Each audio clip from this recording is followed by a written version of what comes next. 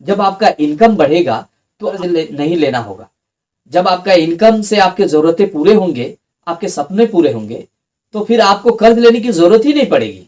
आप सोचिए कि जब एक देश का कर्ज की वजह से ये हाल हो सकता है, तो हम और आप इंसान का हाल क्या होगा, आप खुद सोचिए। स्वागत है आपका।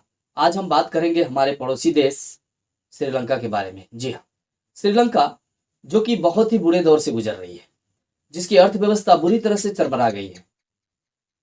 इसके पीछे कारण क्या है और इससे हम क्या सीख ले सकते हैं? इससे हम क्या सीख ले सकते हैं? श्रीलंका में हाल ऐसा है कि खाद्य सामग्रियों के दाम आसमान छू रहे हैं। महंगाई इतनी बढ़ गई है कि आम लोग तो खाने पीने के सामान भी नहीं खरीद पा रहे। ऐसी स्थिति हो गई है। पेट्रोल डीजल तो लगभग खत्म सा हो गया है और श्रीलंका के पास इतना भी पैसा नहीं है कि वो अपने लिए बाहर से दूसरे देशों से सामान आयात कर पाए अपने देश के लिए। वह बिजली 13-13 घंटे वहां काटी जा रही है। यहाँ तक कि स्ट्रीट लाइट को बंद कर दिया गया है। श्रीलंका की अर्थव्यवस्था आजादी के बाद तब पहली बार इतनी बुरी तरह से चरमरा गई है। इसके कारण क्या है? श्रीलंका में आपातकाल की घोषणा हो गई है। लोग सड़कों पे उतर गए हैं। श्रीलंका जो कि पर्यटन उद्योग के लिए पूरे दुनिया में जाना जाता है, आज उसकी स्थिति बहुत बदहाल हो चुकी है। इसका सबसे बड़ा कारण क्या है? श्रीलंका के ऊपर बहुत कर्ज है। कोविड-19 के बाद पर्यटक उद्योग बिल्कुल ठप हो चुका था और वहीं से इसके ऊपर प्रभाव पड़ना शुरू हुआ। अब अपने स्थिति को ठीक करने के लिए वो कर्ज पे कर्ज लेता चला गया, कर्ज पे कर्ज लेता चला गया, जिसकी वजह से आज स्थिति ऐसी हो गई है कि उसके ऊपर बहुत कर्ज हो गया है। श्रीलंका के ऊपर बहुत ज्यादा कर्ज हो गया है, जिसकी वजह से आज वहां महंगाई आसमान छू रही है। लोग सड़कों पे उतर गए हैं। यहाँ तक कि इमरजेंसी की घोषणा करनी पड़ी है। खाने पीने की सामग्रियों के दाम आसमान छू रहे हैं। आम लोग उसे खरीद नहीं पा रहे हैं। इसका एक सबसे बड़ा रीजन है कर्ज। इससे हम क्या सीख ले सकते हैं? कर्ज लेने वाला 90% लोग हमेशा परेशान रहते हैं। कर्ज लेने वाले, कर्ज को हमें अपने आखिरी ऑप्शन पे रखना चाहिए। मैं समझ सकता हूं कि बहुत सारे लोग मजबूरी में लोन लेते हैं, या तो उनके घर में कोई शादी का प्रोग्राम हो, या कोई बहुत ज्यादा बीमार हो जाए, या घर बनाना हो, तो वो कर्ज लेते हैं और कर्ज चुकाने में उनकी जिंदगी निकल जाती है। मैं मानता हूं कर्ज एक ऐसा दलदल है कि उसमें एक बार अगर आप फंस गए तो फंसते चले जाएंगे। और मेरे हिसाब से कर्ज को हमें लास्ट ऑप्शन रखना चाहिए और हमें कोशिश करना चाहिए कि हम इनकम करके अपनी जरूरतों को पूरा करें। सबसे पहले ये समझते हैं कि कर्ज लेने की नौबत क्यों आती है। कर्ज लेने की नौबत तब आएगी जब आपका इनकम कम होगा और खर्चे ज्यादा होंगे, जरूरतें ज्यादा होंगे और आमदनी कम होगी, तो आपका कर्ज बढ़ता जाएगा। अगर मान के चलिए आप 10,000 रुपए महीने के इनकम कर रहे हैं और आपका खर्च 20,000 रुपए हो रहा है, फिर उसे मेंटेन करने के लिए आपको लोन लेना होगा, आपको कर्ज लेना होगा। मेरे राय से इनकम करने के लिए अभी सबसे अच्छा जरिया है डायरेक्ट सेलिंग मार्केटिंग।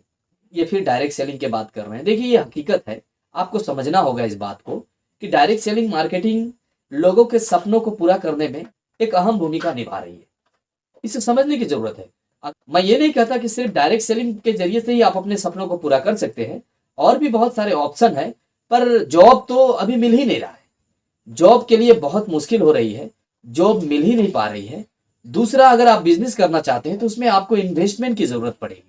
और कोविड के बाद तो लगभग बहुत सारे लोग के, मैक्सिमम लोगों का हालत इतने खराब है कि वो इन्वेस्टमेंट करके अपना कोई बिजनेस कर ही नहीं सकते। अब बिजनेस आप इन्वेस्टमेंट करके कर नहीं सकते, जॉब आपको मिल नहीं पा रहा है, तो ऐसे में आपके पास क्या ऑप्शन बनता है जिसके जरिए से आप अच्छा इनकम कर पाए, इनकम को हर रोज बढ़ा पाए, हर महीने बढ़ा पाए?